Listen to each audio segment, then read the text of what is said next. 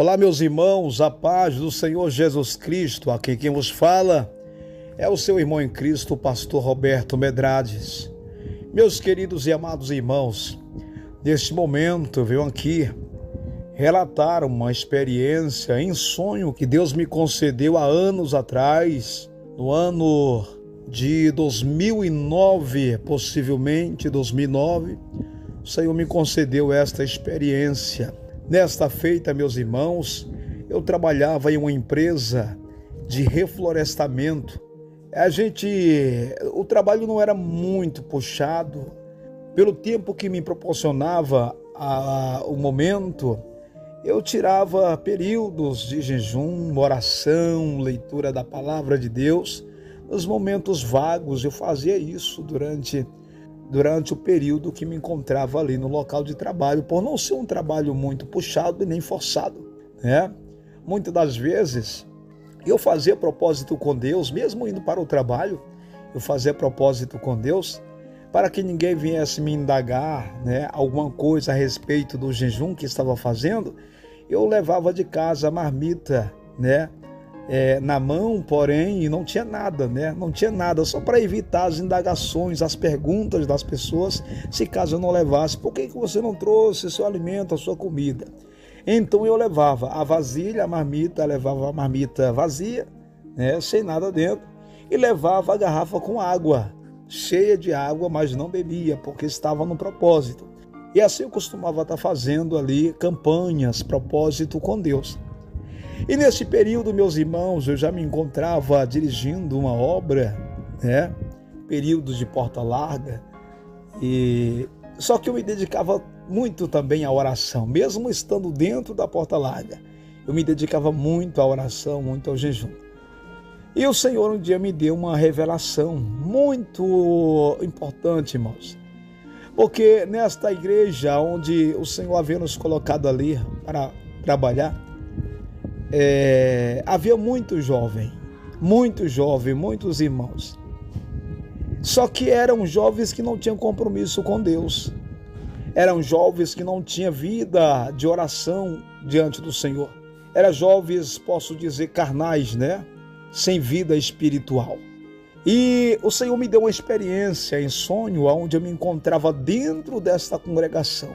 De repente, eu olhava, meus irmãos, e eu via os nossos jovens, todos caídos no chão, desmaiado, porque por aquela época a gente costumava estar convidando pregadores em finais de campanha para estar pregando na igreja, mesmo sem conhecer a vida do pregador, mesmo sem saber as informações a respeito do pregador.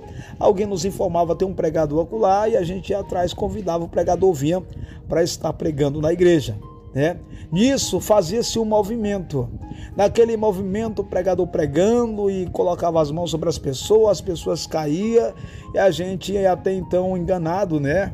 Enganado sem saber realmente o fator disso tudo, a gente achando que era de Deus, o movimento era de Deus.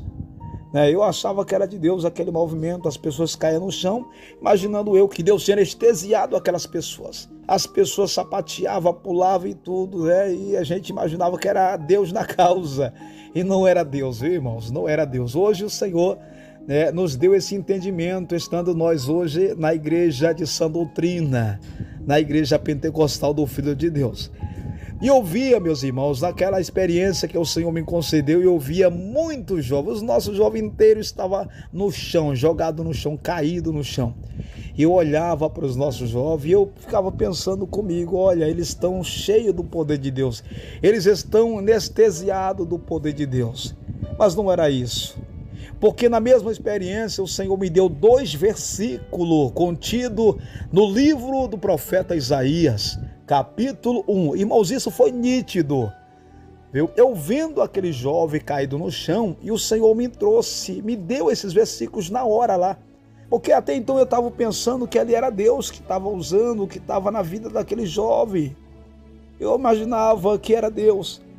Mas o Senhor me fez entender. A Bíblia fala que Deus, ele não deixa os seus servos confundidos. Como levava eu uma vida de oração ali, né? E de jejum, Deus me mostrava muitas coisas, irmãos. Deus me mostrava. E ali, irmãos, o Senhor me deu 2 versículos em Isaías capítulo 1, versículo 4 e o 9. Observe que os versículos, eles são alternados, né? São alternados. Do 4 já pulava para o 9. Mas é interessante porque fala de uma coisa que estava acontecendo ali, que eu não entendia e não imaginava. Veja só, o versículo 4 do capítulo 1 de Isaías, o que diz? Ai, nação pecadora, povo carregado de iniquidades, descendência de malfeitores, filhos corruptores, deixaram ao Senhor, blasfemaram o Santo de Israel, voltaram para trás. Este é o versículo 4. Veja só, irmãos, aquele jovem, eles haviam abandonado ao Senhor, mas estava dentro da igreja, né? Estava dentro da igreja. Me lembro que quando aquele jovem se reunia era para contar piada, era para falar de ciclano, de fulano, né? Então eles haviam abandonado o Senhor. E a palavra do Senhor vai dizer que é nação pecadora, povo carregado de iniquidades, filhos corruptores, deixaram ao Senhor, blasfemaram o Santo de Israel, voltaram para trás. Agora nós vamos para o versículo 9, que diz assim, aleluia. Se o Senhor dos exércitos não nos tivesse deixado alguns remanescentes, como Sodoma seríamos, e semelhante a Gomorra. Glória a Deus. Nisto me confortava o Senhor meu coração, porque o Senhor dizia assim, se o Senhor não tivesse deixado, irmão, se o Senhor dos exércitos não nos tivesse deixado alguns remanescentes, ou seja, mesmo em meio à porta larga, meio ali vivendo naquela situação, no meio de pessoas que estavam ali no pecado, na fornicação, quem sabe até jovens estando ali na masturbação e outras coisas a mais. E o Senhor estava falando. E eu só fui entender, irmãos, depois que, pela parte da manhã, que eu me despertei, eu peguei a Bíblia para ver o texto. E eu entendi que o Senhor estava falando de coisas mais sérias que estava acontecendo com aquele jovem, com aquela igreja. Haviam pessoas ali que haviam abandonado o Senhor, que haviam virado as costas para o Senhor, que haviam blasfemado do Senhor dos exércitos. Glória a Deus, aleluia. Agora, por que eu trago essa experiência aqui, irmãos? Já vim a semana atrás, o Senhor já tocava no meu coração, senti no meu coração para estar trazendo aqui essa experiência. Irmãos, eu senti no meu coração para estar trazendo esta experiência. Tenho outras também, creio que o Senhor vai nos proporcionar o tempo e a oportunidade para estar contando aqui para os irmãos. Tá bom, meus queridos? Deus abençoe os irmãos em nome de Jesus. Fique todos na paz do Senhor. Eu deixo aqui também na sequência um pequeno corinho que o Senhor nos concedeu pela sua infinita e eterna misericórdia. Deus abençoe em nome de Jesus. Quem põe a mão no arado e olha para trás, nunca jamais pode entrar no céu. Quem põe a mão no arado e olha para trás, nunca jamais pode entrar no céu. Nunca jamais pode entrar no céu. Nunca jamais pode entrar no céu. Quem põe a mão no arado e olha para trás, nunca jamais pode entrar no céu. Nunca jamais pode entrar no céu.